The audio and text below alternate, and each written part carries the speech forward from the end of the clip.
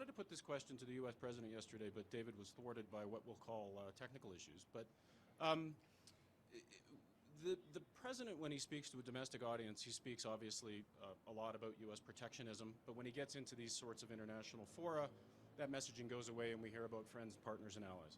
I'm wondering if 2 years into his mandate, and I appreciate that I'm asking you to kind of pinch hit for him here, but do you have a sense of how it is that the U.S. squares these two perspectives, one domestically being end-to-end U.S. supply chains, and then internationally talking about working with other countries?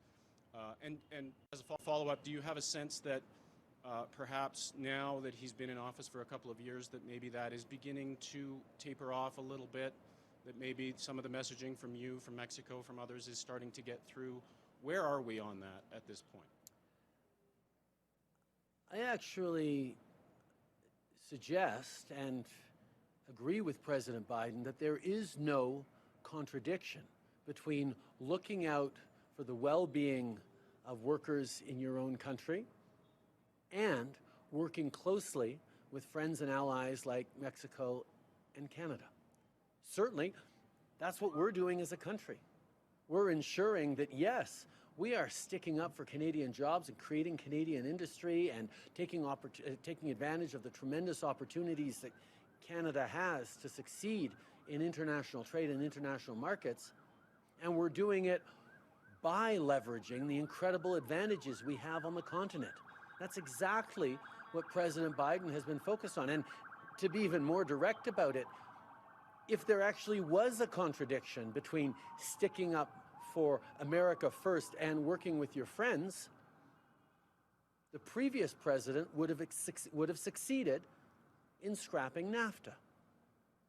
But he didn't, because we worked very hard alongside American labor and business and partners in Mexico and across Canada to demonstrate that working with partners and close allies like Canadians and Mexicans actually creates jobs and prosperity for the American middle class, creates opportunities for us all. And that's what this particular gathering has been entirely focused on, understanding that the three of us working together are an extraordinarily competitive continent that can take on the world and take on the challenges caused by the shifting geopolitics around the world, whether it be China or Russia and other places, and thrive while ensuring prosperity for our citizens as well.